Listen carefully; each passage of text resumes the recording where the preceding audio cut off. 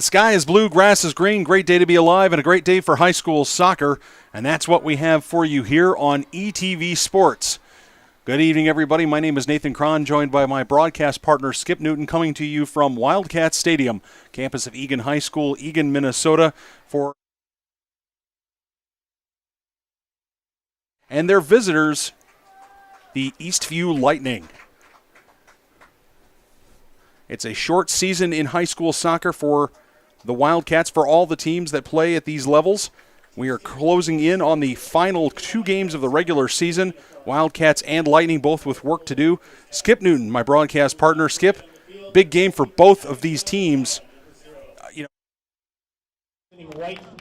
Yeah, it's the final home game for the Wildcats. It's the final week for both these teams. They both play their final games on Wednesday, and then sections start next Tuesday. So just a couple of I don't want to say tune-up games, because it's really not. I mean, these are Section 3 opponents as well as South Suburban Conference rivals. So this is a big match in Section 3 because they got to get ready for seeding for next week. Well, the Wildcats are looking to do something against the Lightning that the Rosemount Irish weren't able to do, and that's get a win. Irish and Lightning ended up in a 2-2 draw, as this one's punched towards Severson, who heads it into touch far side. So your Eastview starting lineup: Jenkins, Rosnicki, Rowe, Schaefer, Alexson, Hansen, Verlinden, Melmans, White, Rowe, and Poli. There you have a quick turnover in the midfield as the Wildcats punch that into touch. So an interesting change. The Wildcats have 4 at the back with Burke and, let me make sure I've got my numbers correct, with Burke and Hendrickson both playing the center back positions, with Cameron and Severson outside. So Evie Burke, who has played a lot in the midfield, but recently in the last few weeks has moved back to the back line, is joined there by Avery Hendrickson. Anna Enning, their captain and all-state player, sends that over to the far side.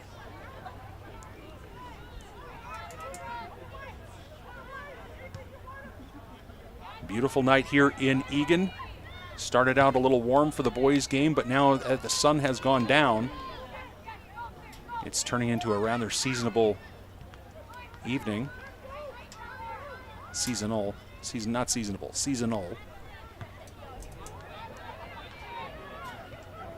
Leary in with a tough header.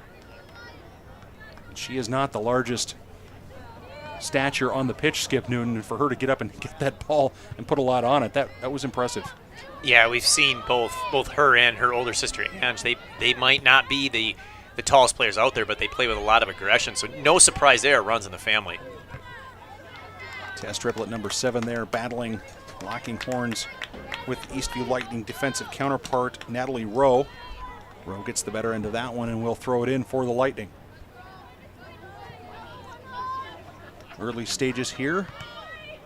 Section 3-3A seeds on the line, as are potential South Suburban Conference honors. Wildcats coming off a 2-1 loss to Champlain Park. A still undefeated Champlain Park team, but Wildcats had the better of the Rebels in the first half before conceding 2 in the second half, the last one with only 3.5 minutes to go. Skip, you and I had a front row seat to that one. Wildcats had to learn some lessons on that one very quickly. Yeah, that was a weird game for the Wildcats. We were talking at halftime about how Champlain Park had absolutely no pressure against the Wildcats defense, and where were they going to find the offense to get back into it.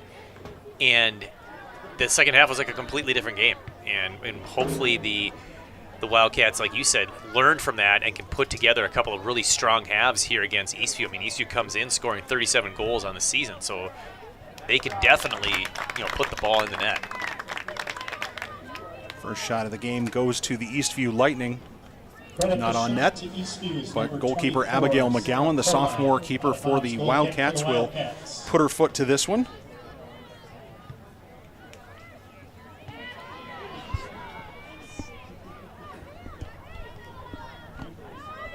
We'll see if the Cats can maintain their fitness and their fitness. And when I mean fitness, I don't mean physical fitness. Their mental toughness and their mental fitness. Getting ready for sections here. This match is huge. Because as I said earlier, the Lightning and Rosemont Irish had a 2-2 draw. If the Wildcats were able to win this game and then take care of business on Wednesday night against the Apple Valley Eagles, they might have an argument, and a decent argument, for a #1 seed in the section. First foul of the game there, maybe a bit of a tough one against Yin. In any event, the Lightning will take it. Sankey will take this one. Check that. This will be for Sankey. She sends it down towards McGowan and the edge of the 18. It's boundied up in the air. Somebody needs to get something to it, and finally, Yin comes out with it. Triplet's got a couple of runners. Has Wood. Wood with a nice turn and a nice ball. This is Cameron. Cameron attacking down the outside channel. She hits the gas, takes on a defender, and defender rides her out. Nicely done. Excellent defense that time by Hansen, as Cameron had switched on the afterburners. Yeah, it was the first real opportunity, it felt like, for the Wildcats. It's been a bit of a slow start here. I know it's still very early, just 5 minutes into the match, but you mentioned the 4-back alignment. We've seen them come out recently with 3 in the back to start, so I wonder if that's maybe in response to Eastview's ability to put the ball in the net. They're trying to make sure that they really shut them down early. Triplet by one defender. She's going to get a little bit of a shove there, and that ball will come across. It's officially going to be a shot. I think it's arguably a shot on goal, but a comfortable and easy save that time for Jenkins. Maya Jenkins, the senior goalkeeper, stepping in. Her first year starting for the Eastview Lightning, as the Lightning had the services of Abruzzo for a couple of seasons. And Ashley Abruzzo, one of the more solid keepers we've had in the South Suburban girls side over the last handful of years. I'll say this, Skip, the challenge for the Eastview Lightning over the last few years on the girls' side has not been necessarily defensive. It's been finding goals, right? It really has been consistent offense. And it's been a while, at least to my memory. Maybe yours is a little bit longer than mine, but to my memory, the Eastview Lightning have rarely had the kind of player that can really unlock the defense and create. Is that your assessment as well? Yeah, that sounds familiar. If I rely on my memory from all the years I've been watching Eastview play, and I noticed when looking at their schedule this year, they've been able to put scores in bunches. I think they had one game where they scored 8 goals. They had several other matches where they scored at least 3 or 4. So they get them in bunches. Maybe that means if they're going against stronger defensive teams like the Wildcats, who've only yielded 9 against in the 14 matches, maybe that means that they're not quite as good, which would make sense. I mean, most teams aren't, but it's something to see is how does that chess match between the two coaches and between the two teams play itself out. Well, historically, Coach Qasim Ilmi has sometimes experimented with a 3 at the back type of formation, but it seems like when sections come around, you're always going to 4-back. And speaking of coming around, here's Tess Triplett. She puts the move on one defender. Now there's a rally on the Eastview defense. Triplett to the side, a good shoulder challenge there, and it will go out of touch for a throw, but a good turn and spin by Tess Triplett.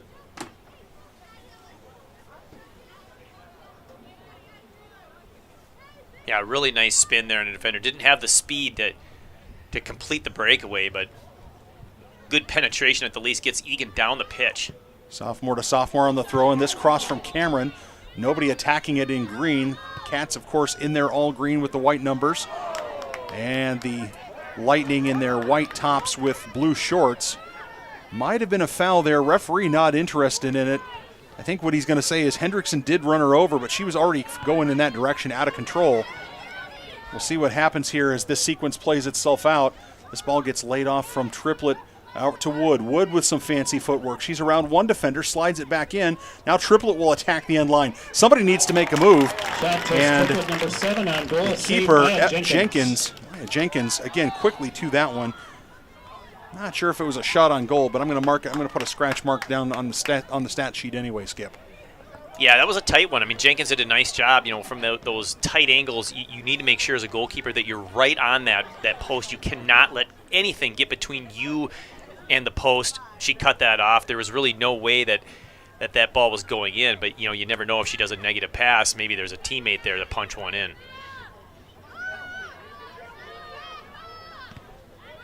Ball comes to the near side. This is Hendrickson. Now Triplett. She's got a little bit of space and a little bit of time. She sends it forward for Wood, but picks the wrong shoulder. Cameron gets it. Sammy Wood rallying quickly. Good battle in the middle for Enning.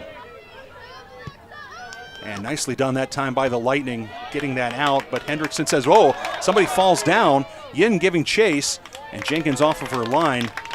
As one of the Lightning defenders, it was number 14, Melmans, had unfortunately tripped, lost her balance, and an opportunity there for the Wildcats. Yeah, Melman's a bit lucky there that the Wildcats couldn't capitalize because she went to turn and just lost her footing, and down she went. But nice job by the goalkeeper coming off her line as well. Cats seem to be attacking this, what for them is the right side, or for the Lightning, the left side of their formation.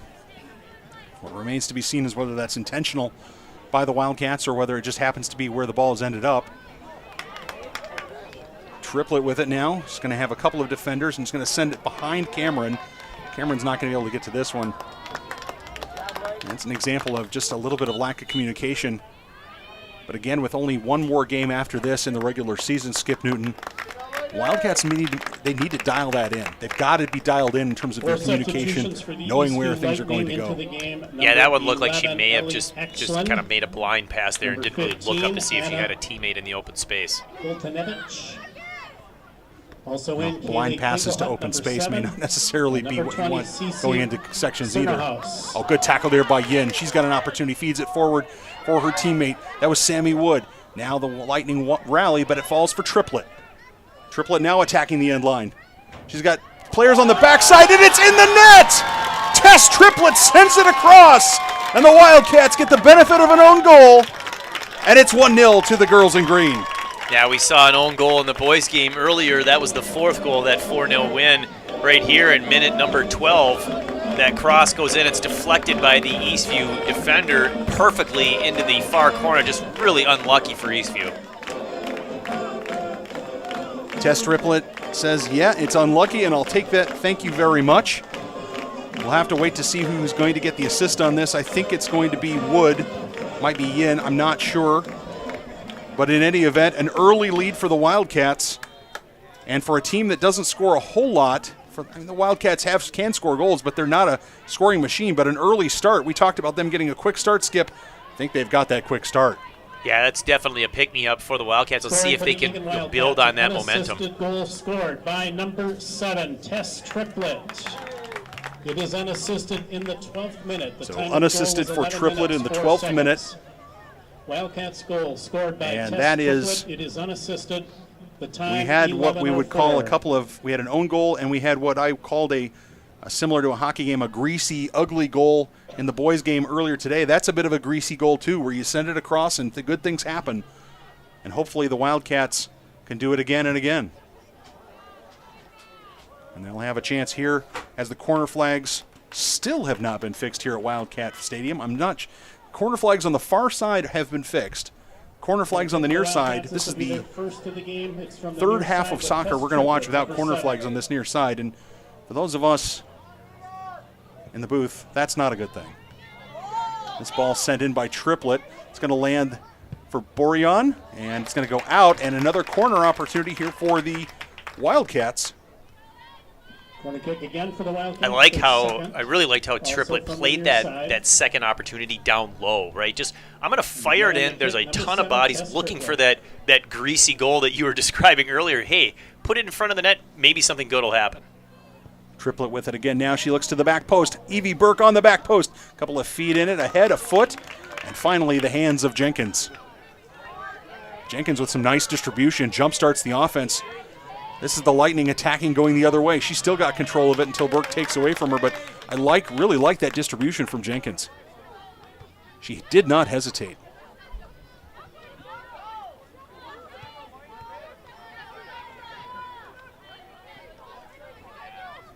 As I said, winding down to the end of the season. I think that's a green throw. And it is. And that's Jillian Cameron, one of the sophomores on this team. Wildcats winding down. They will be in action on Wednesday night against the Apple Valley Eagles. That will be at Eagle Stadium in Apple Valley, Wisconsin.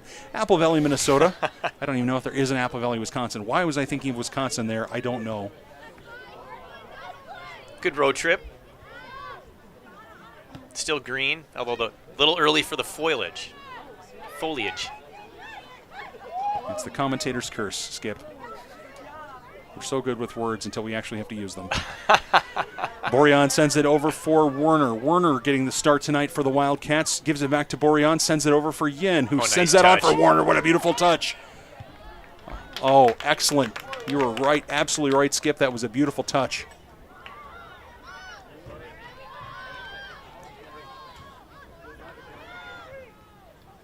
Ending in the midfield. She certainly has made the transition from left back to midfield this season, but at the same time, here's an opportunity for Enning. Enning's going to step into this. She's going to hammer it, but it's going to be right at Jenkins.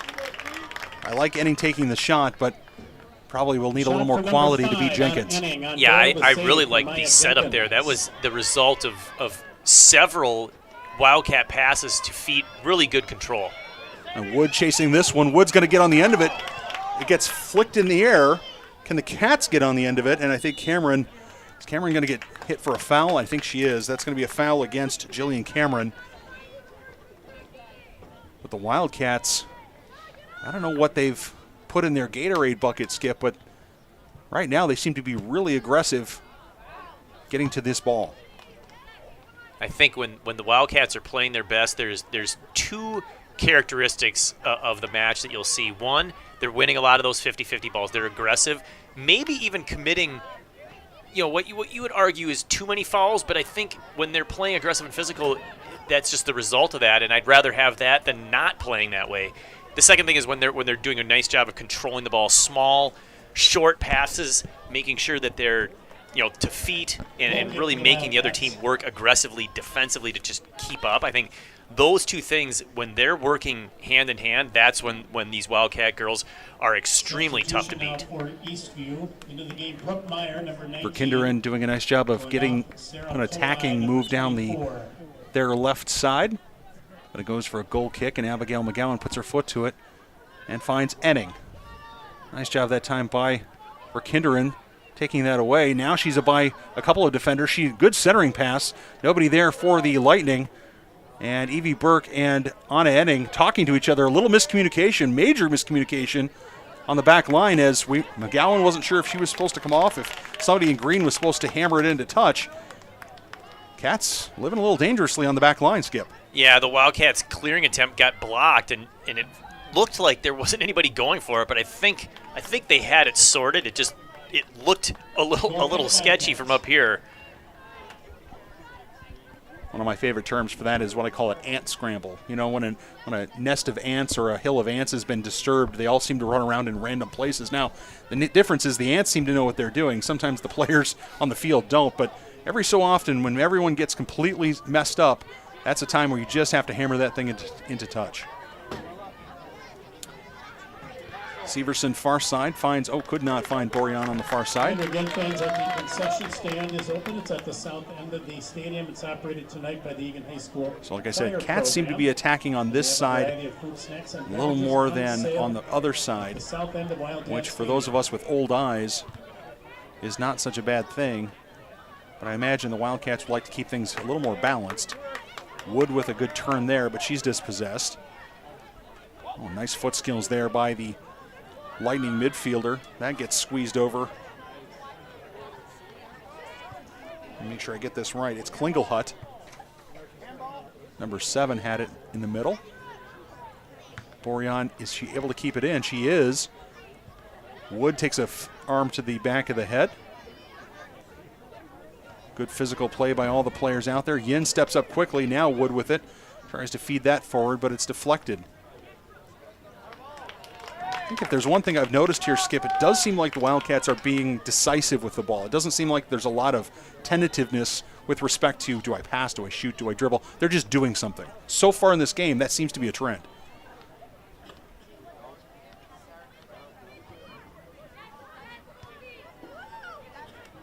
I'd like to see them when they get possession here. Can they string together more passes and not just kick the ball randomly? Now there she was under pressure. She's the last defender.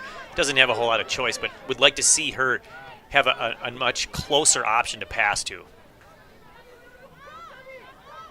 Yeah, the Wildcats definitely cannot go into a defensive shell with 61 minutes of soccer to go. Again finds Triplett. Triplett picks out Wood, and that's put into touch firmly by the Lightning. Cernohouse, CC Cernohouse, number 20. I have to say, in all my years of broadcasting, CC Cernohouse, that's a pretty sweet name. Yes, it is.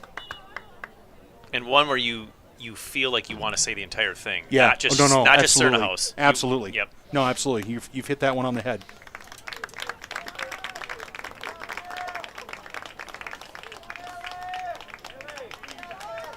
So checking in for the Wildcats, we'll see a little bit of movement here in terms of positions. This is Ellie Westerman taking the place of, let's see who went to the bench. Ellie Westerman, number 3.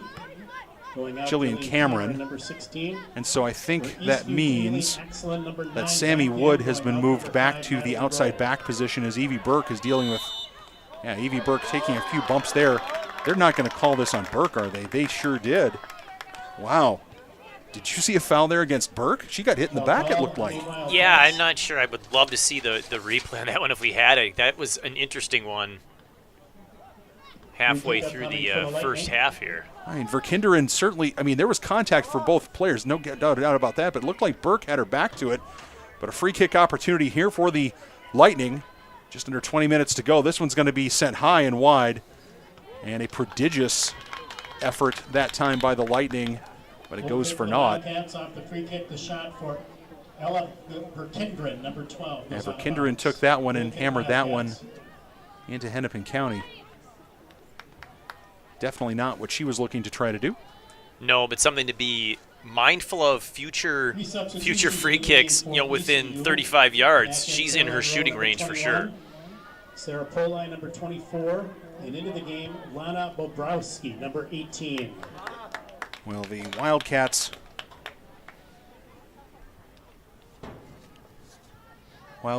last game against Champlain Park, as we mentioned earlier, the Eastview Lightning, their last game, a 2-0 decision over the Lakeville South Cougars. And so with a current record of 7-3-3, the Lightning will look certainly for a top half seed in the Section 3-3A playoff.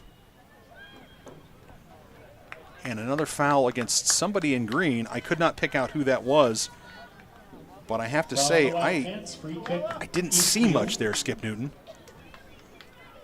Yeah, I missed that one too. I don't know if it was I don't think it was a handball either. I'm not sure. In any event, another free kick, this one coming from 30 yards out. Verkinderen puts her left foot into this and goes to goal. And again, that was a blast, but well high and well wide. That all being said, she kind of has a foot. She kind of reminds me of John Tesdall's foot a little bit. I don't think I want to give her a free kick from inside 40 yards at this point. The Wildcats really need to dial it in terms of defensively, taking on and not committing fouls. Triplett with a nice job. Unfortunately, she ran out of room on the touchline. And we'd like to say thank you to all of you watching us here on ETV, whether you're watching us from Apple Valley, the southern part of Eagan, whether you're here in Eagan, Aberdeen, South Dakota, Knoxville, Tennessee, or Argentina. We understand there is a large contingent. Boy, you'd think I'd make my living with words. A large contingent from Argentina watching, focusing on Francesca Borjan, who's on the far side of the field right now, as Verkinderen around the edge. Sammy Wood saying no thank you. Verkinderen keeps it in her legs. sends it out forward. No foul there. Gets punched back in by the Lightning, but the Wildcats don't get a good clearance. They still don't get a good clearance, and Burke finally, third time's the charm, she finally punches that out. And now the Wildcats off to the races as Yin has it, sends it forward. This is Westerman. Westerman, the state wrestling runner-up in her weight class, sends this forward just a little bit too ambitious, and Jenkins claims it. As I said, to finish my point, big contingent in Argentina, apparently from all over the country, watching Francesca and her teammates. Thanks for joining us here on ETV. And thanks for sending some of your balmy weather, or traditionally balmy weather, up north, because it is still warm out. Everybody out here in the stands wearing their short sleeves, lots of shorts, no blankets, no rain jackets or umbrellas to be Two seen. substitutions, one for each team. Both are number 11. For the Wildcats, Stella Triplett, number 11, into the game. Going out, Ariella Illyria Yin, number So 4. Yin checking out, and For the Stella Lightning, Triplett, the senior back end, Ellen center forward, Slug, has number checked 11, in. Going out, number 12, Ella Verkindren. Ball from Hendrickson for Enning was turned over. This ball is going to go from their big shot from distance. It's a shot. It's their first shot on frame by my count in this game. But McGowan handled that as easy as you like. Yeah, a bit ambitious, I think, on that one. Zero danger. I think the Lightning would prefer to get a little bit closer, see if they can't increase their odds. Well, the Wildcats on the attack now with Triplett. She's got options inside, options outside. She goes outside to Stella Triplett, her sister, and she left Stella out hanging, just could not get that one to stay in. But the Wildcats are not and should not, Skippy, settling for one goal here. They've got to put more on the board as Hendrickson breaks that up. Nicely done. Not sure even she meant to do that, but the effect was nonetheless the same. And here's Westerman. Westerman's got players to either side. This time she goes inside for Triplett. Triplett unable to get on that one, but a shot from Borean from distance, and that slides wide. One fell nicely to Borean there, and she did not hesitate, Shot for the Wildcats, realizing number it 9, was Francesca right on Borean her goes wide. Goal kick, strong Eastview. foot. Well, I presume to be her strong foot. It was a nice right-footed shot. Perfect way to step into it. Clear shooting lane. I have no problem with that decision. None whatsoever. And she hit it decisively. So many times there are situations where you want players to shoot, you want them to do it on the first touch, and she did it right there. This one finding its way back into the midfield. Cats and Lightning battling for it there. Shouts for a handball, but nothing given. Lightning send that forward as Wood was making a run. Westerman steps and says, I'll try to clean that up, and it goes into touch. Nice job by Westerman breaking up a potential counterattack there. Staying aggressive, getting in front of that ball that was about to be sent deep. Number of substitutions for the Lightning.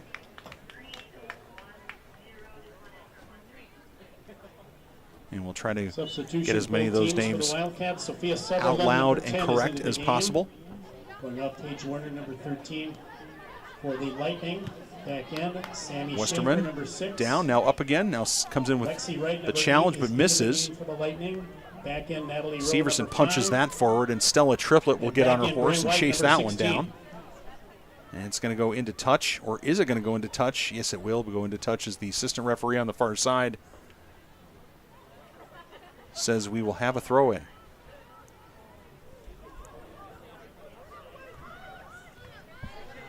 The flag at the north end of Wildcat Stadium at absolutely dead stick. Nothing moving out there whatsoever. I swear, I think that makes it feel even warmer, Skip. And the same heat, even though there's not as much heat, I imagine the conditions will still impact these girls as they play into the evening. Yeah, it's just a lot warmer than you would expect. I mean, it's still sitting at 77 degrees, and we're Substitution for the coming up Wildcats on into the game, McKenna Willie, 7:45 number 8. here on September 29th. It's just Number 9, Francesca Borean. unseasonably warm as summer refuses to let go. This ball punched back towards Burke. Burke tries to get head to it, doesn't, but traps it down. Now this ball's going to stay in. Lightning are going to get on the end of it. It's a good cross. It goes through multiple defenders. Cats have to rally. Can they get out of danger? Looks like they will momentarily. But a defensive lapse by the Cats. The Lightning pounced on it, but could not make it work, and now it's the throw in, and the opportunity is wasted as it goes over the end line. That's just a bit wasteful by the Eastview Lightning, but the Cats with some rather interesting defensive choices. Yeah, a bit fortunate there for Eagan as they let that ball come across, and nobody was there, and the shot, fortunately for the Wildcats, was blocked, so nothing on frame. McGowan still hasn't had to do anything back in net, but you'd like to see the defense tighten up a little bit. Another foul here against the Wildcats, and we'll see if excuse me, I'm just going to check that pronunciation one more time. Verkinderen. Yes, Verkinderen's going to take it. Let's see if it is, in fact, Ella Verkinderen or not. No, it's not. But this one comes in and it's sent back out that time quickly by Enning. This ball comes in towards the top and goes up and over. That was a good shot from distance. It's not on frame, and it didn't trouble Abigail McGowan, but the Wildcats ignore those opportunities at their peril. Yes, the Lightning have proven they're not afraid to shoot from distance, and they've also shown that they've got a couple of girls that have the legs to do it. Fortunately for Wildcats, those are going over the net thus far. But something they need to be mindful of. They need to tighten up, within 30, 35 yards of a couple of these Lightning players. McKenna Willie has checked in for Borean. Sophia Sutherland has also checked in. So a few bench players here for Coach Qasim Ilmi as this ball comes back for Burke. Her pass is intercepted. And before it's put into touch by Sutherland.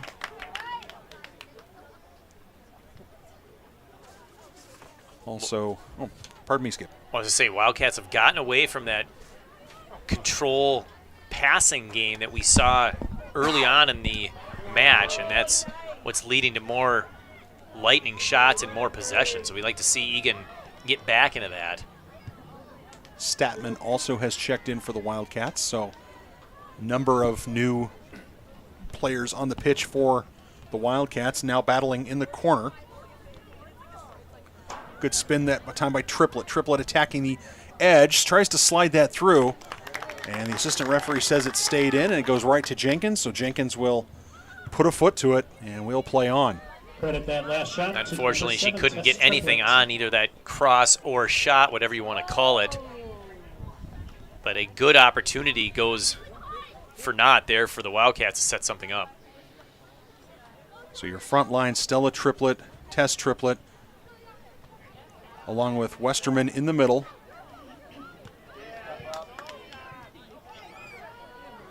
This is Enning, speaking of the middle. Feeds this forward for Triplett. Triplett's going to have a chance, but it's just a little too close to the keeper. Right idea there for Enning. I like where her head was at there. She's thinking about space and freeing up her teammate just a little too strong. Enning steps to that and sends it over. Will be Tess Triplett far side. She's got a lot of defenders between her and Jenkins, and it looks like that ball is going to find its way towards the edge. Now, the referee not having anything of it in terms of a foul. I thought Triplett getting up slowly, wondering where that whistle was. Certainly contact in the corner. Hard to see from our vantage point, Skip. Yeah, still I think 5-0 the fouls. 5 on the Wildcats. I don't think there's been any called against Eastview as of yet. To the game for the Lightning, number 12, Ella Verkinderen. Going off, number 21, Caroline Rowe. In any event, we will restart with a goal kick. And CC Semmelhaus sends that forward. There's another opportunity. I'm not going to miss that opportunity. And an easy foul there against Avery Hendrickson. Yeah, both arms extended, middle of the back. That's just, you're never going to get away with that. Easy call right from midfield. This free kick will be taken about 60 yards away from goal. But again, you get a sense the Lightning in open play, Skip, really not a lot of creativity so far, not a lot of flow. Their best opportunities seem to be coming on some of these free kicks. Yeah, it's really the only time they've gotten it down, except for maybe one or two exceptions where they've come down the near side and been able to cross into a little bit of a danger. But, yeah, a lot of opportunity off free kicks. Good interplay there between Westerman and Triplett. Westerman's ball for Stella Triplett intercepted. Enning's going to step up, and Enning's going to get hammered, and that'll be a foul against the Lightning. White saying something to Enning, saying, "I'm sorry, I did not mean to truck you like that." And I don't think she did, but it's a foul nonetheless. And so this is going to be Hendrickson from about 50 yards out, 54 yards out. As Avery Hendrickson got that she can dial up, and that's just going to be way too close to Jenkins. And a missed opportunity for the Wildcats.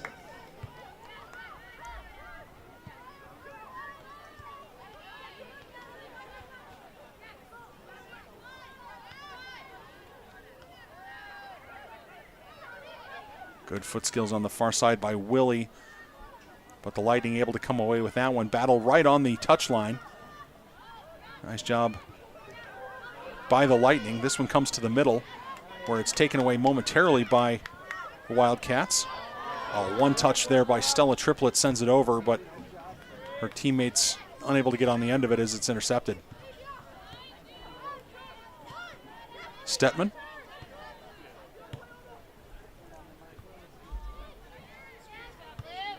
The Wildcats being a little impatient. They're connecting a couple short ones, and then they're letting it go long when really there's nothing there. I think they just need to relax a little bit. There's still called on Eastview. Over 5 minutes. They don't need to rush. Wildcats. So Burke will take this one. Last kick from about this distance was Hendrickson, who put it right on Jenkins, right into Jenkins. Let's see if Burke can put a little more English on this. She's sending everybody over to the far side, leading one to believe she's going to try to drop it between the far side and Jenkins. That ball comes a little too close perhaps to Jenkins, but somebody in green's going to get to it. Tess Triplett's going to have a chance. Now it slides to the middle. The keeper's out. Opportunity for the Wildcats, and Jenkins and her defense rally. Oh, my heavens. Oh, dear. The Wildcats with a golden opportunity, unable to stab that home. Will that come back to haunt them, Skip Newton? Yeah, that was a fantastic opportunity. I can't believe the Wildcats couldn't get anything on that. They had a huge goal to shoot at, and just a great rally by the Lightning defense, keeping the second goal out of the net. Jenkins quickly off her line for that one. But if the Eastview Lightning were nervous or flustered by that last exchange, they don't show it, as they're seem to be body language-wise very calm and collected. But what a scramble. This one comes back for Burke. She's in the far corner. Works there with her teammate. I think that's Severson in the corner.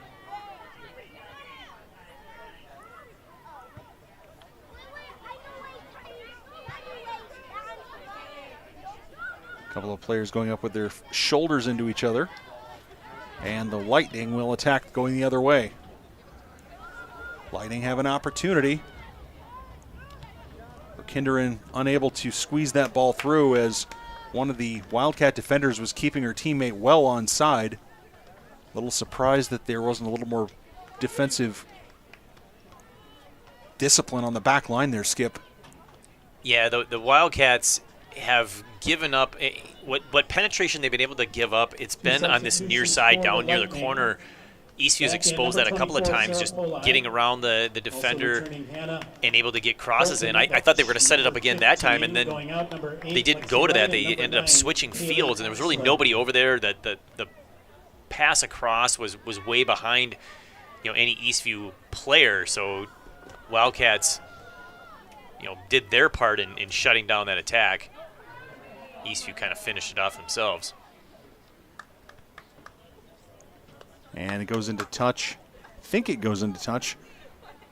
Not 100% sure. Yep. No, in fact, it's a foul. Foul against the Lightning, and Burke will take this one. So after a relatively slow start picking up fouls, the Lightning have picked up several here in quick succession. Free kick for the Wildcats. Burke will send this on. It's flicked down by Westerman. triplet.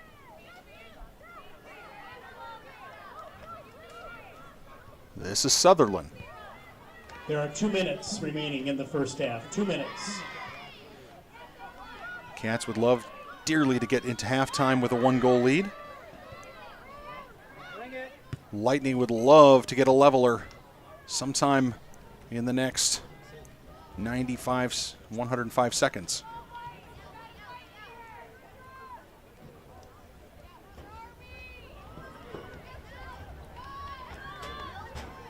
Ball gets sent across looking for an opportunity on the near side, but the Lightning quickly clear that out. White battling against Sutherland there in the middle. Stetman back for Hendrickson, who punches that and it's intercepted. Tries it again. This one's going to get a bounce. And they'll go into touch. Do the Wildcats have one last throw of the dice here, Skip, coming up into the last minute of play? Stella Test Triplet says, let's try this. She goes to the middle. It's blocked, but no Cats unable to get on the end of it. Now Stella Triplet gets on the end of it. Sends it across, but nobody there. Number 11 on goal to save Maya Jenkins. So 2 crosses, nobody there on either cross, Skip.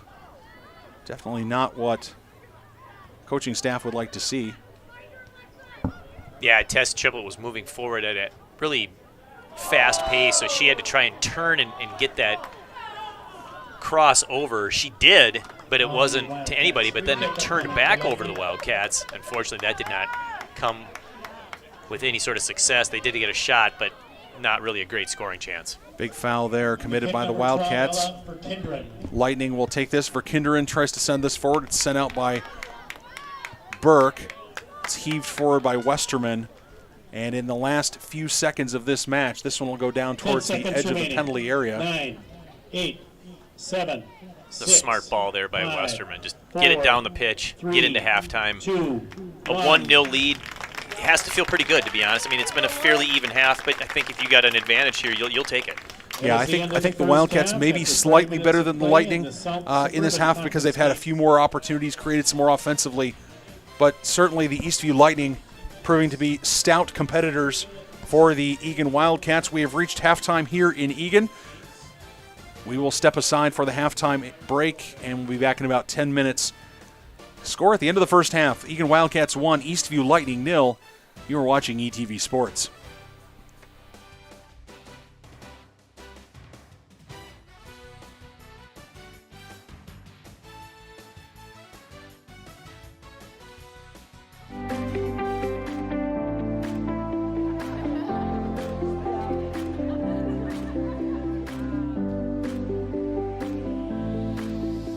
Going from a 12 to 1,500 square foot Rambler house to 10,000 square feet here in the new art house. I am excited to just see people in this space. We have a really wide variety of programs and classes here. We're very excited to be able to offer much more than we could before, which we're able to do now that the space is much larger and able to host more people.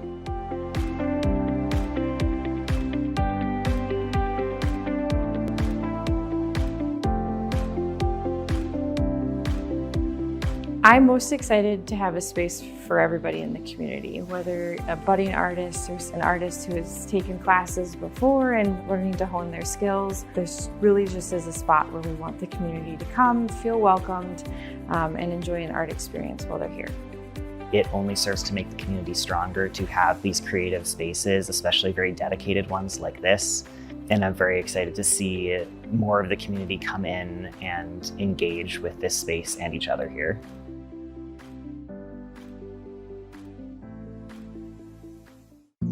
Jason, let's go see your room.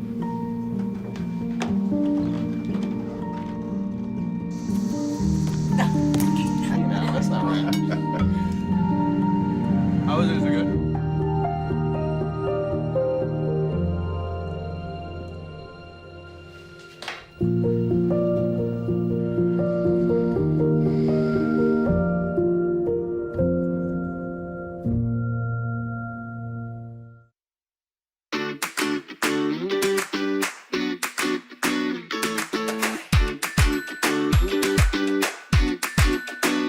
We were inspired to build a new indoor playground because the old one was getting over 20 years old and we just needed a new place for the community and families to be able to bring their kiddos.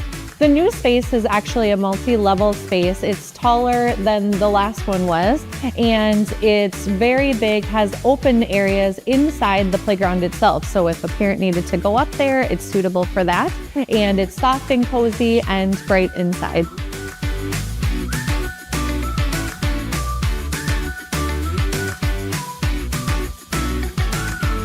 We do offer a special right now for the month of August and September. We're doing $5 Fridays, and that includes use of our gymnasium as well. Spaces such as the Blast Indoor Playground really do serve our community. It's a great meeting spot to be able to have an indoor safe place to get together and play.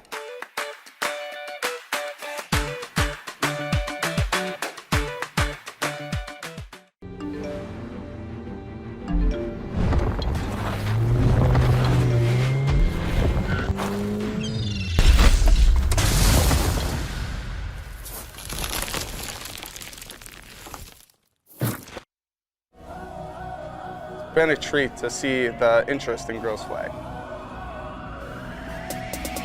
It's the first year, you know, it's exciting that we had so much ask from the girls to, hey, can I come play? Absolutely. We have about 45 girls on our roster right now. I found out about the league from my coach, Carl. He was our weightlifting coach, so he kind of inspired me as well to come out and play. In the league, we have over 51 teams. They started last year with the pilot program with 4, now it's 51, so it kind of boomed over a year. They actually made the schedule around other sports. I know a lot of people, they do softball or track, so getting to play sport with them means a lot to me. Scheduling was a struggle. We're a club sport technically, so we practice at 7 o'clock at night so girls can go compete in their other sports. A lot of the successes as a team is just higher game IQ. So some girls came in not knowing anything about football, and now they have plays memorized. Going into today's game, I felt nervous because I knew some of my friends and my family members were coming. Then I just got on the field and tried to do my best. The NFL's involvement with the league has been so great. Minnesota Vikings, it wouldn't have ever gotten started without them. They run all the behind the scene things. I just want to thank my teammates for having a fun day. I know it wasn't super successful, but we're working hard. I'm proud of how far we came from last game to this game at home. Even though we lost, I think overall as a team we played better. Being a part of something brand new is tough, but I think the girls are getting a lot of teamwork and a lot of different skills that they can utilize in their other sports too. Hi, I'm Ryan Blaney, a third-generation race car driver, and we dedicate a lot of our time to going as fast as possible. But when my grandpa was diagnosed with Alzheimer's, it was a very unexpected bump in the road for us. It's important to notice if older family members are acting differently, experiencing problems with their memory, or having trouble with routine tasks. Early detection of Alzheimer's can give your family time to explore support services, make a plan for the future, and access available treatments. If you or your family are noticing changes, it could be Alzheimer's. Talk about seeing a doctor together.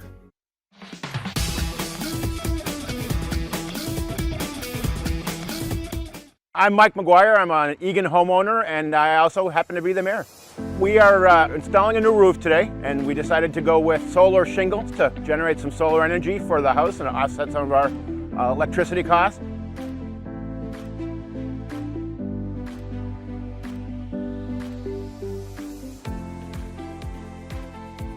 Solar shingles are a photovoltaic technology that generate electricity. They function much like any rooftop solar panel that you may be familiar with.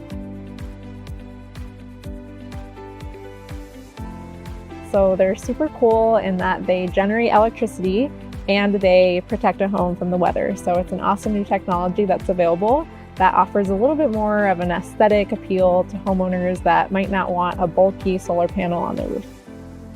So this is the Timberline solar shingle. This is the part of the shingle that gets nailed onto your roof.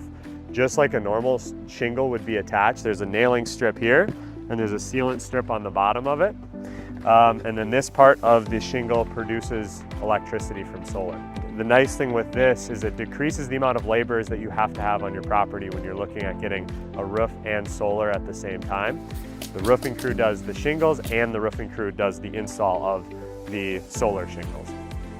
My understanding from our contractor is when they went into the city to get the permits. It was the first solar shingle installation that Eagan has seen, so we put the inspections department through their paces and got all the permits done. So we're here at the exciting conclusion, installing our new solar shingled roof today. Having solar shingles in Eagan is super exciting. This marks a really awesome milestone in our local climate work in the city, and it shows that our community and homeowners here are excited about renewable energy technology.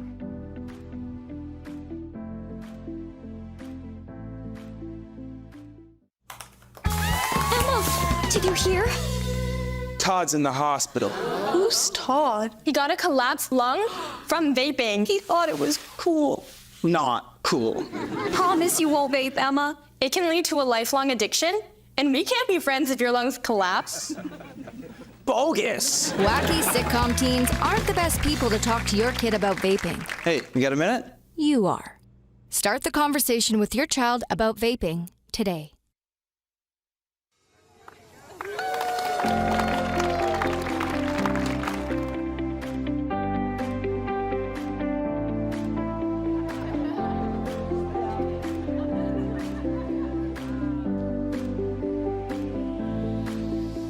Going from a 12 to 1,500 square foot Rambler house to 10,000 square feet here in the new art house. I am excited to just see people in this space.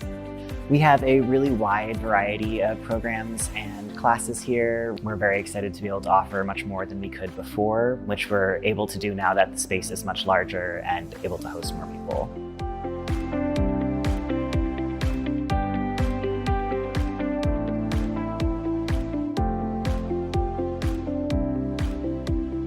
I'm most excited to have a space for everybody in the community, whether a budding artist or an artist who has taken classes before and learning to hone their skills. This really just is a spot where we want the community to come, feel welcomed, and enjoy an art experience while they're here. It only serves to make the community stronger to have these creative spaces, especially very dedicated ones like this. And I'm very excited to see more of the community come in and engage with this space and each other here.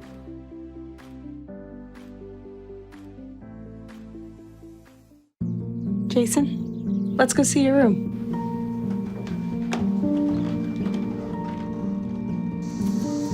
No, that's not right.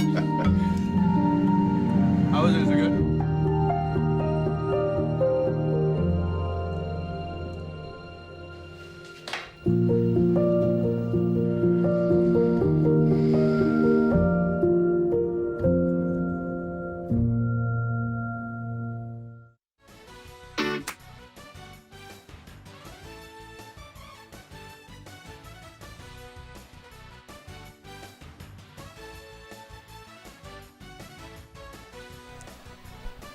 Welcome back for the second half of this Section 3A. I want to say play, almost like a play-in game. It's not a play-in game, but this South Suburban Conference matchup between these two teams, the Eagan Wildcats and the Eastview Lightning. It's not a playoff game yet, but it sure feels like a playoff game, Skip, with a 1-0 lead at the half. Wildcats on the right end of that, but the Eastview Lightning, after their halftime team talk, will certainly be changing up a few things, doing whatever they can to climb back into this one. This is, and we were talking at halftime, Skip, this has the feeling of an Eastview team that's going to get a goal or two. Wildcats are going to have to come out firing bullets in this second half. Yeah, 100%. We talked about it, during the break and thought, all right, that the Wildcats played well in the first half.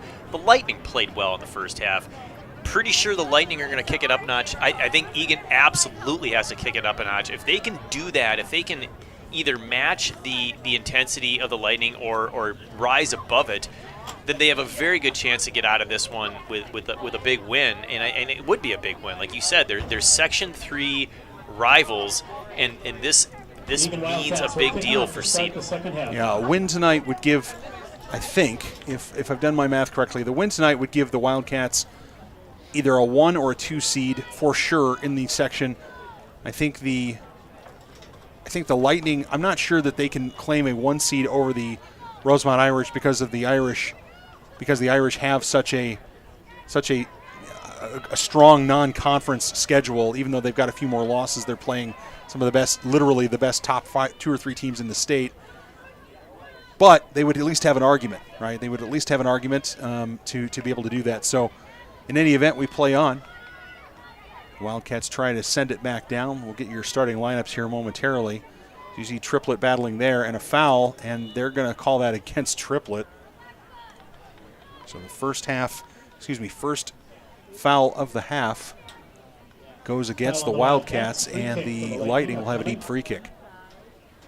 So what's the call there? She felt like she undercut her as she was in the air. Is that what the lean was by the referee as he kind of... I think so. Okay. I think so. Yeah, I think so. Although, as I understand the laws of the game, it's a judgment call, and it's an easy foul to call when you're 75 or 80 yards away from goal, right? I mean, it's not going to turn into a scoring opportunity for the Lightning. But at the same time, Tess Triplet doesn't have to get out of anybody's way, right? If a Eastview player jumps in the air, there's a little extra English from against the back of Yin. I was a little surprised the referee didn't maybe blow a whistle there. But the player if the player's jumping in the air, you don't have to get out of their way to allow them a perfectly safe landing. You can stand your ground. I think the argument the assistant referee would make is she leaned into her and undercut her.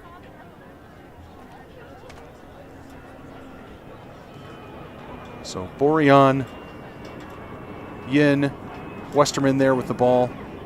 She's dispossessed. Headed back in that time by Werner. Enning.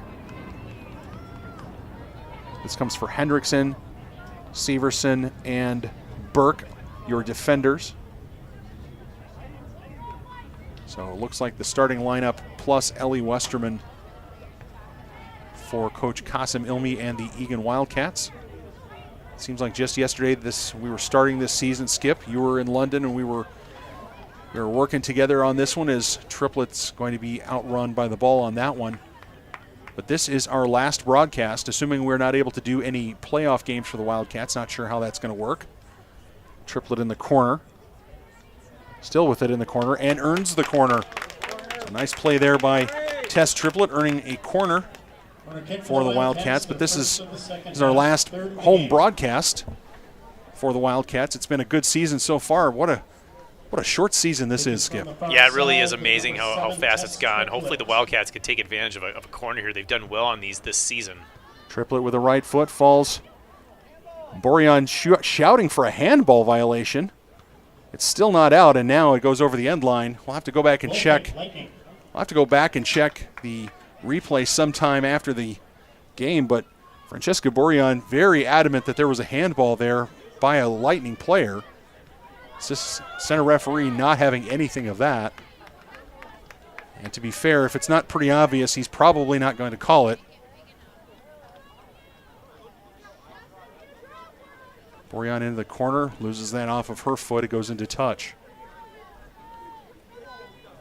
Yeah, a bit upset with herself on that one. She knows that she had an opportunity there to make a move and just lost it off her foot. Westerman got clotheslined there. I wouldn't have blown a whistle either, but it's still tough contact to take. And Ellie Westerman, as I said earlier, state runner-up in her weight class for girls wrestling, so Ellie Westerman not afraid of some physical contact.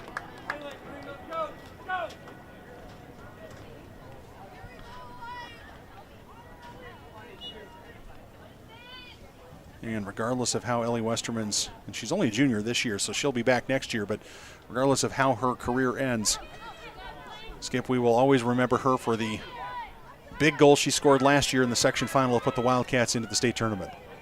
Yeah, it was just a great finish on the far side. Coming into the open space and hammering it home. Speaking of the far side, Cats have something going here. Westerman's going to go to goal. She's going to turn and go to goal. That's a shot. A bit aspirational perhaps by Westerman, not on frame, but nonetheless an opportunity for the Wildcats. I don't mind the Wildcats, trying to maybe force a couple of shots early here. Just get something on frame, see if you can't put something together. Test that goalkeeper Jenkins a little bit. Severson. Borjan tries to go around the defender. Number 24 for the Lightning. That's Polai, one of the senior captains.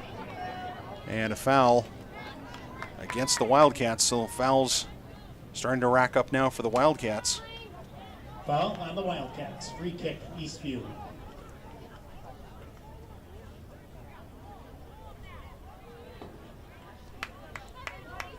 Number 2, Livia Free kick coming from with the kick for the Lightning. well on the Eastview side of the midfield stripe. Finds Severson's head. Triplett will control. She has Westerman racing forward. Triplett delivers. Westerman continuing the run. Defense is there. There's going to be a bit. Oh, lucky there was not a collision there, as there were 3 bodies all converging on the same spot. But fortunately for both teams, they were able to make that work, and now there's an attack on the far side. Good defense there by Sammy Wood on the far side. Takes that ball away, sends it forward. Triplett with it. She's got a defender on her back. She gets dumped. And a foul, not an emphatic foul, but a foul nonetheless for the Lightning. Really nice pass through the middle, but that outside back, far side defender for the Lightning really read that well and got in the good position goal side, preventing a breakaway for the Wildcats. Burke's free kick floats down to the edge of the 18. Cats control there. This is Werner. Sends it forward for Wood. Wood dispossessed, and that gets put back towards Werner. Wood can't get that to stick in her foot, and now it comes all the way back out towards the midfield stripe. I want to take this opportunity to thank our award-winning ETV crew. Our executive producer is Josh Sibley.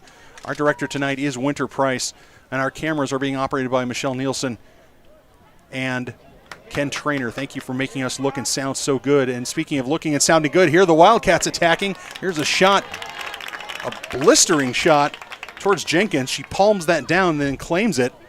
Good effort on the far side there by the Wildcats. Their first one on frame in this second half. Boy, and there was another opportunity just missed right out of Borjan's reach. Had that found her foot, she had an opportunity to advance, put the Wildcats in another opportunity to get a shot on. Like the intensity so far in the first 8 minutes here of the second half.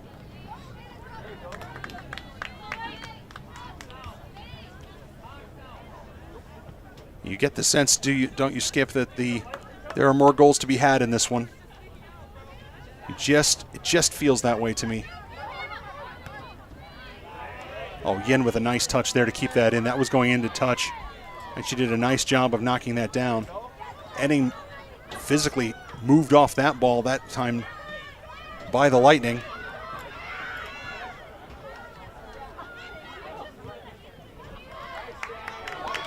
Great defensive play there for Eagan. Wood on the far side receives it from Triplett. Woods feeds it towards the middle, finds Westerman. Westerman for Triplett. Triplett's going to take on 1v3. Now it's 1v4. Triplett needs somebody to move for her. Right now it's 1v4. Nobody moving in green. Falls for Wood. Here's an opportunity for Westerman. She's able to come in. Takes a bit of a chicken wing to the face, but she's not complaining too much. A little contact there with Jenkins, and we certainly wouldn't want to call a foul on Jenkins there, as it would be a penalty and who knows, maybe even a red card, but at the same time, it looked like there was some contact, Skip.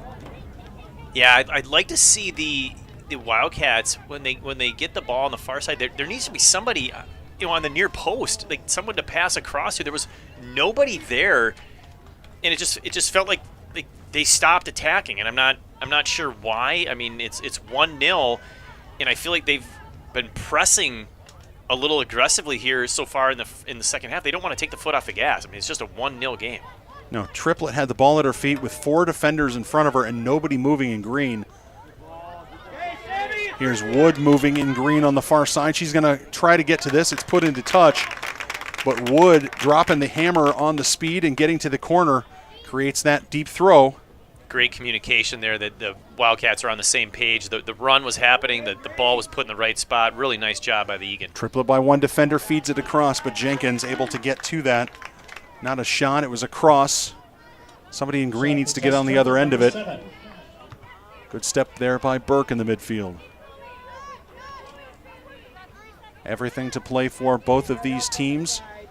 Severson in a little bit of trouble here, but gets it back. She's still under pressure, needs to do something with it. Her pass is intercepted. Here comes Hansen, dancing past a couple of defenders, gives Werner a shove. There's no foul there. I did not see, I have to tell you, Skip, I'm not sure what the referee was calling there, as I think Werner was actually the one who got fouled with the elbow, but the Lightning enjoy the free kick anyway. Yeah, she slid and got the ball, but took out the Lightning player afterwards. That must have been what they called. But, you know, we talked about these free kicks in the first half easily can go in from this range. So this is something that Wildcats need to be mindful of, and McGowan needs to expect a shot to goal here. Hansen with a left foot goes to goal, and McGowan watches that sail harmlessly to her left. So credit to the Wildcats for keeping their nerve, but really the Eastview Lightning really wasting that opportunity. Not on frame, not for an opportunity where one of her teammates, Hansen, would like to do better with that one. Number 19 back in, going out. Number 24, Sarah Poli.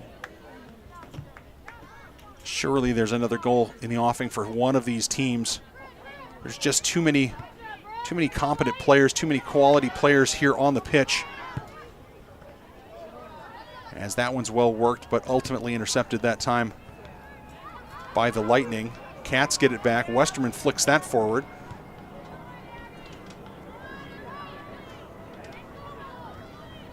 Hendrickson tries a header. Burke gets a header. Ian battling in the midfield. Bourillon steps up, hammers that forward, but unlucky that time as Triplet had just a few too many yards to close down between her and the defender, and that came too close to Jenkins.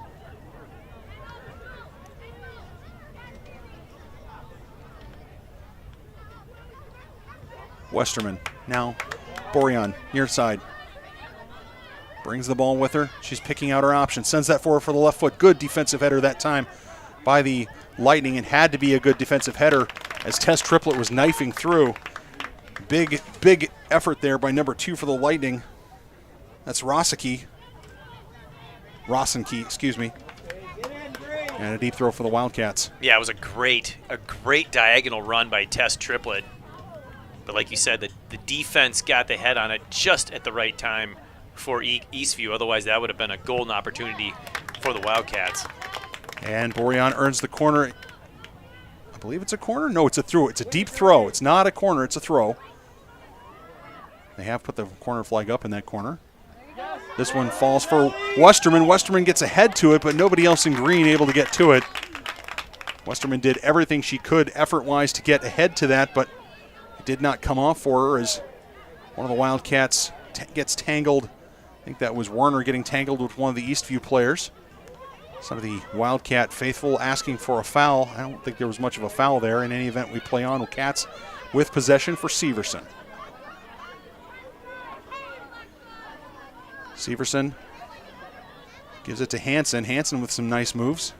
Sends it back to her back line.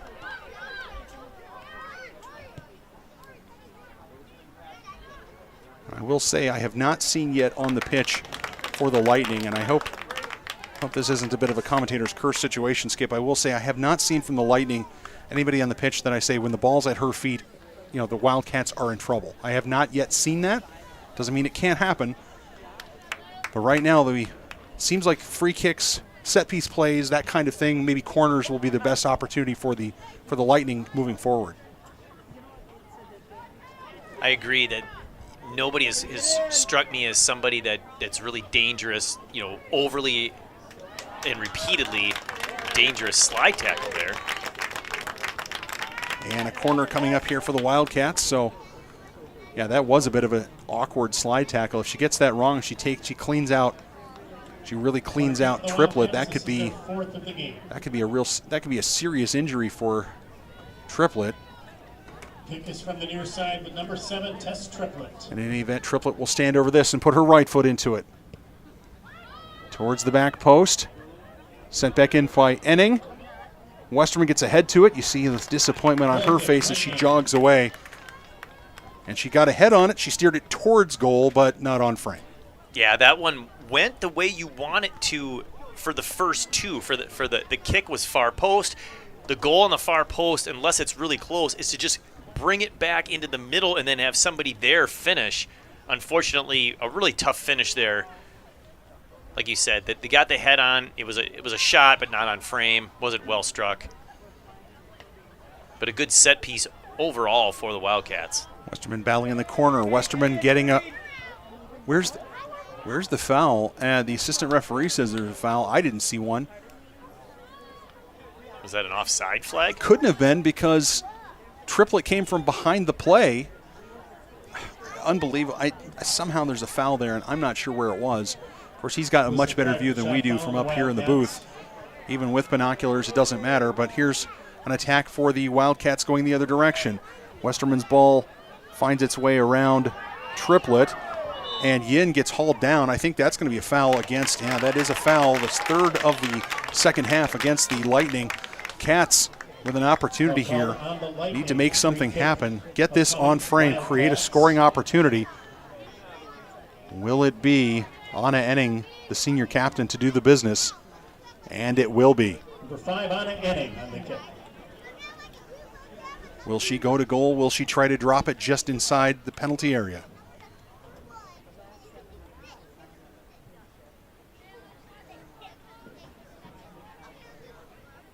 She tries to drop it just inside the penalty area. Good, looks for Westerman. Westerman flicks. Here's an opportunity. Cats, multiple Cats down in the penalty area.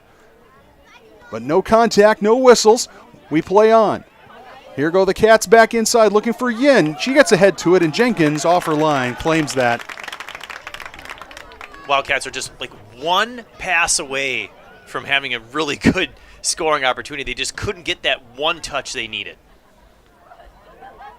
Hansen with the footwork, fancy footwork again. We've seen that before. Cats need to be aware of it. This one's going to find touch as Hendrickson watches it roll over the touch line. And with just over 22 and a half minutes to go, we'll have a series of, check that. It's not going to be a series of substitutions for the Lightning because, of course, it's a Wildcat throw. This ball gets punched forward by Severson. Westerman lays this off for Borean. Borean to the outside. She sends it forward for Westerman. Westerman with the ball goes into touch. And Borean quickly with it. Sends that in for Triplett. Triplett dances on the line there. It's a late arriving Enning. Enning sends that in towards the back post. Sammy Wood goes for it, but the offside flag was up. Centering pass from Anna Enning goes out of bounds. Full kick for Eastview. The boys and girls soccer boosters would like to thank their platinum sponsors, 401k Plan Professionals, Ansari's Mediterranean Grill and Lounge, Eagan Hockey Association, Hy-Vee, Itasca Wealth, Melanie and John Willie, the Willie Team, Edina Realty, Neb Doctors, Pablo and Don Borean, Realtor Team, Twin Cities Orthopedics, and Wave Soccer Club. Thank you to our platinum sponsors for making us as successful as we can be both on and off the pitch. Hendrickson from her center back position up. Good tackle that time by Enning. Taking the ball there. A crunching tackle by Enning. Both players feeling that one. Westerman lays this off for Wood. Wood tries to get to it, but closed down defense that time by the Eastview Lightning sends it into touch, and we enter into the almost the last quarter of this game. And Skip, I still cannot believe we only have one goal on the board. I can't. The way this game has gone, you have to think there are more goals in it. I think we need to start really crediting the defenses.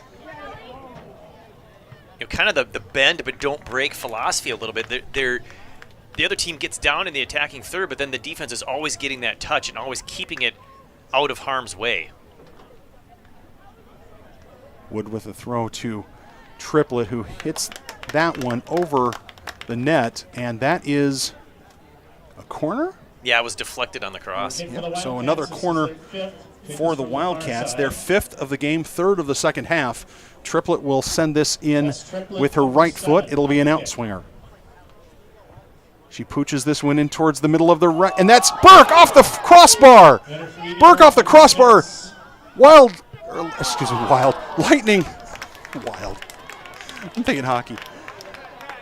Lightning still not able to get the clearance until one of the Wildcats blazes it over the top of the goal, and the Wildcats just let it slip through their fingers, Skip Newton. That was close. That was really close. A great corner set piece there for the Wildcats. They had her just a little high. Well, I've seen Evie Burke score so many times from headers or create scoring opportunities from headers, Skip. You fancy her chances from that position, but in this situation, the Cats really need that next goal. And if anything, you should be playing right now if you're the Wildcats like you're tied, or maybe even a goal behind. The longer this game goes, the more that second goal really becomes the dagger, the nail in the coffin.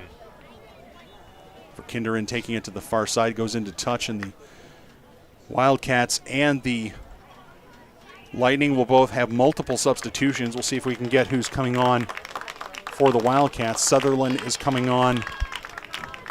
McKenna Willie has checked in.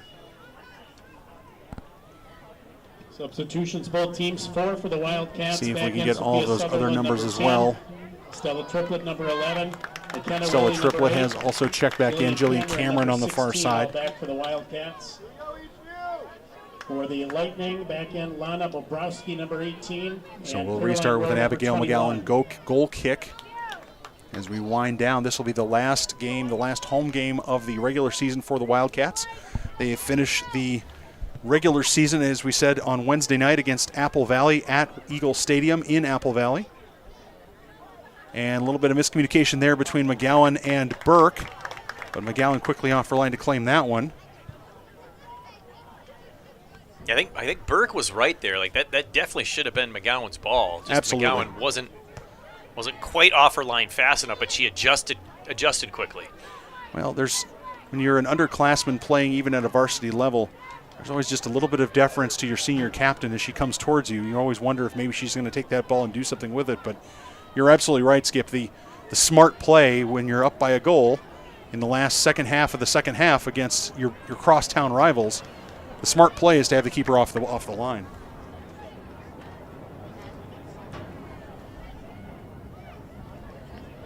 As that clock continues to wind down, we'll see how good Eagan can be at keeping the ball out of the middle, keeping the ball out of danger. When they have the opportunity, can they take a few precious seconds off the clock? Still a little too much time left, 17 minutes for that strategy maybe, but it's getting down into there where they might have to start thinking, defensively about a 1-0 win if they can protect it. You got a sense that the Cats need to start connecting all those small passes. Saw a couple of passes in that sequence not connect. Girls have got to move to open up passing lanes, and it's something we've seen all season from the Cats. When they are successful, they are connecting passes. No question about that. And right now, by just putting 5 or 6 passes together, even if those passes are only 5 yards, even if the passes are only 5 yards, will do wonders in terms of controlling this ball and deflating it, taking the air out of the game, so to speak. Yeah, absolutely. You make the other team chase you, and that's a big part of it. Now they're spending energy getting tired playing defense, and if they're playing defense, then that really does reduce the chances of them getting a goal. Opportunity here for the Lightning to have some possession in the midfield. Close down defense that time by the Wildcats. This one's going to go towards the edge. This is Severson. Now Burke. Burke in trouble. Burke dispossessed that time. No foul there. Did not see a foul there at all. Both players go down. It's shoulder to shoulder. Eastview Lightning fans incensed that there should have been a foul there, which would have been not a penalty, but it would have been right on the edge of the box. So a brilliant scoring opportunity. I think that's a good no call. They started shoulder to shoulder, and that's more or less how they ended up going down to the ground. That is true. That is the second time I've counted where the Wildcat last defender has taken a touch and put themselves in a bit of a pickle. Foul on Eastview. And Free kick, Wildcats. when you're the last defender, if there's anywhere close to pressure on you, you have to get rid of the ball, especially protecting a 1-0 lead with 15 to go. Yeah, I think Evie Burke will think about that probably after this game and say to herself, yeah, maybe hammering that out just into touch or hammering it out first touch would have been a good idea. As it is, she drops this one just inside the penalty area, and Jenkins off her line competently as Tess Triplett crashes. And now the Eastview Lightning keeper will put this into play quickly. Collision between Severson and Anna Enning in the midfield. Again, a lack of communication. Somebody in green needs to be shrieking that they're coming out for that ball. This ball is going to go back for McGowan, and good job there by Burke shielding that ball off. And you saw the Eastview forward wondering where the foul was. Well, it's just not a foul, and you're not going to get a soft one in this game. Well, and she was out of control. I don't know what she's looking for there. I was going to say on that last free kick by Burke, a really nice job dropping that in, but Maya Jenkins doing a great job in net, coming off and just controlling her penalty area. But that was a beautiful ball by Burke. Yeah, I think if that bounces, if she's either stays rooted or if it bounces a couple of times, somebody in green, Tess Triplett's going to get on the end of that and have a quality shot. Or if Egan's just a little more aggressive going to the ball. I mean, the ball's in flight for 30 yards at least. You should be able to cover that distance. Once it's kicked, you can run past the defense. It's just being a little more aggressive on the receiving end. So right now the Tess Triplett 12th minute goal is the difference between these two teams, and that was effectively an own goal as Triplett hammered the cross/shot that went in as a foul against the Wildcats is called by the center referee. And we'll see if this one drops towards the penalty area, and that's a great flick that time by the Lightning, and I think that was White. But what a great flick that was to flick that up in the air, just a little too much on it. But I have to say, I don't think I've ever seen that before. Yeah, that was very creative. I liked it.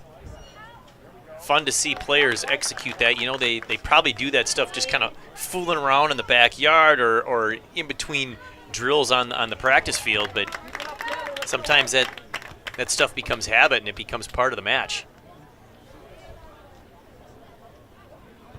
It's one of the great things about being a commentator and watching games like this and watching a lot of youth sporting events is you sometimes get to see things that you've never seen before, and who knows, you may never see again, but it's still a lot of fun to watch.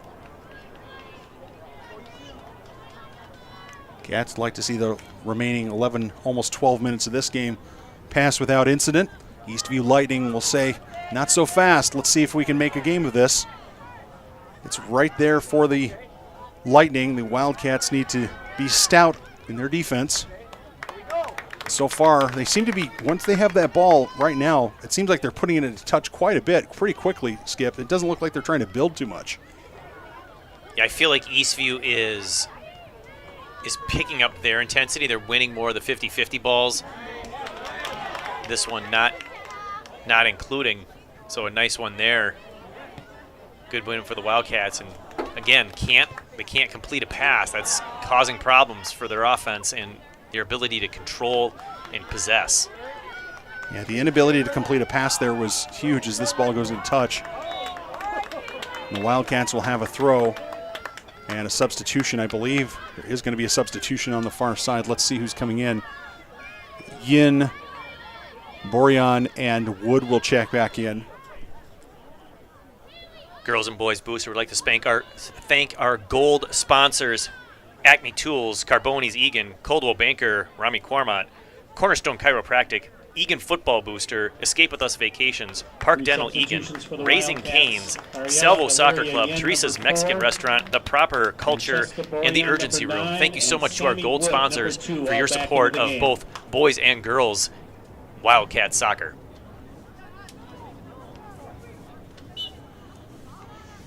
Just over 10 minutes to go in this match.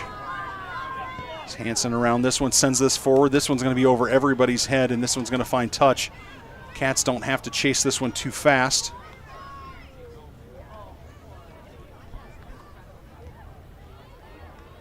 Far side, this is Cameron. Off of Yin's head. Sent forward that time by the Eastview Lightning. Attempted cross blocked by Hendrickson. And a throw in the corner for the Lightning. Really nice job by Hendrickson getting in that passing lane, not letting anything get to the middle. Here's, speaking of the middle, here's an opportunity. One Wildcats down. Collision in the penalty area. Burke knocked down. Cats try to get rid of it, but Lightning doing a great job of keeping this in. I have to tell you, Skip, the Cats look completely defensive right now. Yeah, I mean, they're just doing whatever they can to get it out of there. The thing I'm noticing is, you know, Eastview's doing whatever they can to keep it down there. They're blocking a lot of those clearing attempts. Wildcats, unfortunately, have gotten totally away from passing the ball to feet, short possession. There's just none of it so far. Quick start that time on the far side. Throw comes in looking for Wood, finds Yin. Yin sends this across for Borean. Borean comes to the middle. She's got a right foot, slides it forward for Wood. Wood racing towards Jenkins. And Jenkins comes up with it first. It was a good ball by Borean, but did not come off for the Wildcats. Hansen traps this one down. She's been the midfield wizard for the Lightning as this ball gets sent forward. This is a good ball into the corner. Lightning attacking in the far corner. Good cross that time. Burke with it. Sends it back out towards the edge. And that gets into touch. And a substitution here for the Lightning. Substitutions for both teams, especially for the Lightning, going to be far fewer and farther between as they chase this game. Every substitution is going to burn about 15 seconds off the clock. That comes in towards Hendrickson. She swings but isn't able to get her foot on it. Now she gets it down and goes shoulder to shoulder. Lots of Wildcats in the middle as Severson punches that out towards the edge. And that one comes in towards McGowan, but well over the top. And I have to say, that's, by my count, Skip, that's the first, that's the second shot, but nothing on frame yet in this half for the Lightning, if my memory is correct. I've got 4 shots, but you're right, nothing on frame. Zero saves for McGowan. I mean, it's actually quite amazing how little we've had to say her name all night. Burke giving chase, is going to watch this ball go into touch, and it's going to be off of Evie Burke. So the corner opportunity for the Eastview Lightning, the first corner of the game for the Eastview Lightning, could not have come at a better time. Hansen will take it into the corner, which also now has a corner flag. I was just going to say that. Finally, it only took one full game and 73 minutes of game number 2. Cats lining up on the defense. This ball comes towards the middle. Header away that time by Enning. Comes to the near side. Hansen with it again. Sends it across. Yin gets a touch to it. Sends it forward. Yin had time there. She could have completed that pass. Teammates had to let her know. Take a look. Yeah, same thing right there, Skip. She just hammered that thing regardless of what was around. I understand. I mean, there's still over 6 minutes to go in this game. It seems like the Wildcats would do themselves a favor if they could get this ball into the attacking end and keep it there. As Westerman will check in, and Tess Triplett will check out. Going out, Tess Triplett, number 7. Yeah, if they're able to get some possession and do some passing, you'll be amazed at how much time they'll be able to kill doing that. But right now, they just seem content with getting it out of the middle.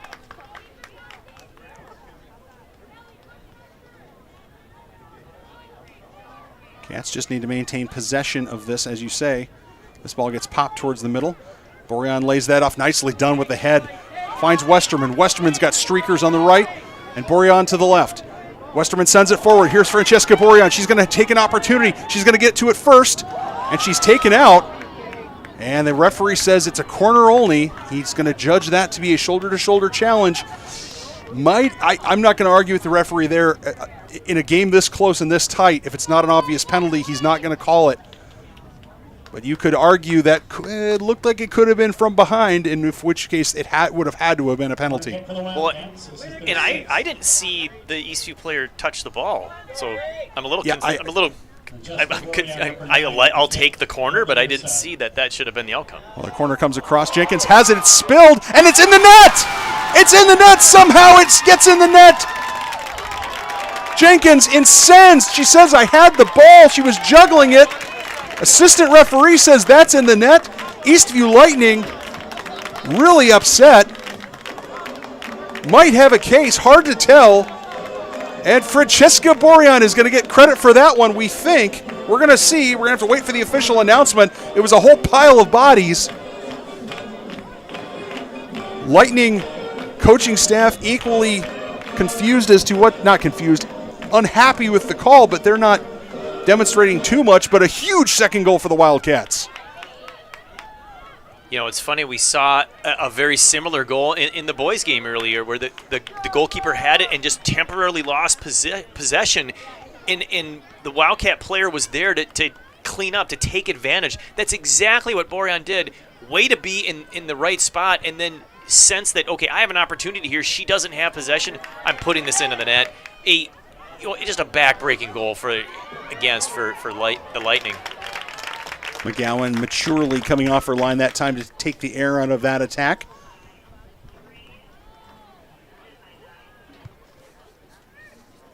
Well, it sounds like Borjan got the assist and the goal is going to Ellie Westerman. Okay, so Westerman.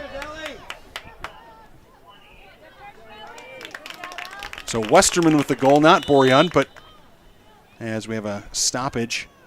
Referee says we have a stoppage. Oh, because we have Wildcats being substituted. So Tesdall will check in. And Chloe Stokes will also check in for the Wildcats, seeing their first action of the night. And if this score holds, Skip Newton, this is a huge result for the Wildcat girls. Huge result. Yeah, a big win in the conference, a big win in the section. I mean, they're at least opening the door for a 1 seed. I mean, well, opening the door. I mean, you could. They still have to take care of it. I would argue that they have to take care of business against Apple Valley. Oh, for sure. Yeah. But Apple Valley is an improved Apple Valley team this year, so that's never a foregone conclusion. But when you beat the team that tied Rosemount, and you tied Rosemount, I think you can argue, hey, we should be the 1 seed. So another corner coming up for the Wildcats. Let's see. Now, I will tell you, Skip, it would not break my heart if they took this short and just stood on it in the corner, because that would be another playoff-ready skill I would love to see from these Wildcats. But I think Borjan has got other ideas, and she's going to send this forward with her left foot. It comes in flat. Finds Yin. Yin lays that off for one of her teammates, but her teammates had gone the other direction. Gets punched back in, and Jenkins is going to have this one. She's going to fumble it. Momentarily, Yin, jiu-jitsu style, comes flying in with the leg, but fortunately doesn't make contact with Jenkins. But I would have loved to have seen the Wildcats just stand on that in the corner, Skip, and burn some time, because that is something you need to practice in a tight 1-goal or 2-goal game in an elimination. Had there been a Wildcat on the far corner of the box, that would have been a brilliant corner play, because it was set up really nicely. The problem was that pass back, there was nobody there. I was expecting to see someone coming up and just ready to hammer that thing on frame. But the pass went to open space, and there was no green jersey heading towards goal ready to take a shot. Less than 2 minutes remaining. Just under 2 minutes, and the Eastview Lightning now really chasing the game. Did not think we would end this game 1-0. I do expect, I'll tell you right now, Skip, I still expect the Lightning are going to find a way to get a goal in this game. I know that sounds a bit crazy, but we've seen so many games between these two teams that have come down to the very edge of things and run right on the razor's edge, and there is. And for Eastview, back in the game, and we've got the ball being put in play before the Eastview substitutes are able to get off the field, or the players being substituted are able to get off the field. But the Lightning have not played poorly tonight. They have played a good game. Defensively, they have been solid.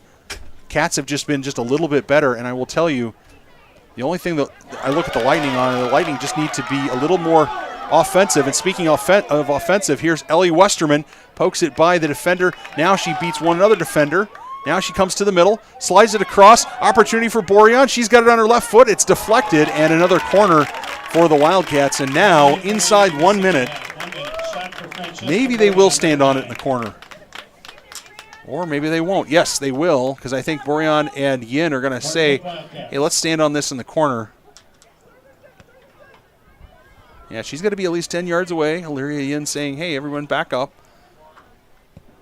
This comes in flat. Opportunity for the Wildcats. Burke sends that on with her left foot, and this is going to go to the other side. And another corner on the other side. So the Wildcats, Skip, by my count, that is 6 corners in this half. By my count, that's a lot of corners. Corner kick for the Wildcats from the and the Wildcats have had some scoring opportunities, and they're not going to get one here if they don't put the ball in play quickly. Actually, they did tally up another one. Seven this half, 2 in the first half. Oh, so 7 in this half, okay. Well, that goes over the end line, and Skip, I'll tell you, the Wildcats are going to see the end of this game. The clock hits all zeros. Clock is at 0. And that is it for the Wildcats. An odd end to this game, as everyone simply expected the Wildcats would, and the Lightning would keep playing, I guess, for another hour or two. But in any event, I mean, the referee seemed to not know the game was over. The players seemed to be lining up for a goal kick. The fans weren't overly excited about it, but we here on ETV with our crack graphics staff were able to tell you, hey, the game is in fact over. The Wildcats with a huge 2-0 victory over the Eastview Lightning, and given the result between the Irish and the Lightning, argument for the Wildcats say we deserve a number 1 seed. They've definitely put a really strong resume together. Again, assuming they can take care of business on Wednesday, you have to go in and beat Apple Valley, and then let the chips fall where they may. But a strong performance here tonight. I mean, just didn't give up a lot of great scoring opportunities. I mean, I think I have 1 save for McGowan, so nothing on frame. They kept it out of the middle for the most part. The best chances were in the first half off of free kicks for Eastview. So really well done for the Wildcats. They're playing some really good soccer heading into their last regular season game on Wednesday, and then going into sections next week. Well, the taste of the Champlain Park defeat has been thoroughly dealt with as the Wildcats line up there to take their victory photograph. The Eastview Lightning will recover and will bounce back, or look to bounce back, against the Lakers of Prior Lake on Wednesday. And then, of course, as you say, the section seating meeting is either Saturday or Sunday. Not sure which day it's going to be, but the Wildcats showing tonight that they certainly have some grit and some mettle and taking advantage of opportunities, getting a greasy, ugly goal to start with, and then a beautiful one. Well, actually another greasy, ugly goal. 2 greasy, ugly goals in this one. The Wildcats really making it happen. And this is, as I said before, Skip, it is our last broadcast of the regular season. We're not sure if we're going to be able to be here for the playoffs or not. You'll have to pay attention to the ETV website, folks. And in any event, even if it's not on ETV, it might be on some other service, some other streaming service organized by the Minnesota State High School League. But thank you again for joining us and joining me on this season. It's been a great season. We've had a lot of fun, and we've called some great games. Yeah, thanks a lot, Nathan. And once again, thanks to the great Eagan TV crew all year long. I appreciate being a part of it. And thanks to the Booster Club for asking us back. Well, for my broadcast partner, Skip Newton, for our award-winning ETV crew, I am Nathan Cron, and saying thank you for joining us here on ETV. Final score from Wildcat Stadium tonight, the Eagan Wildcats 2, the Eastview Lightning 0. Good night, everyone.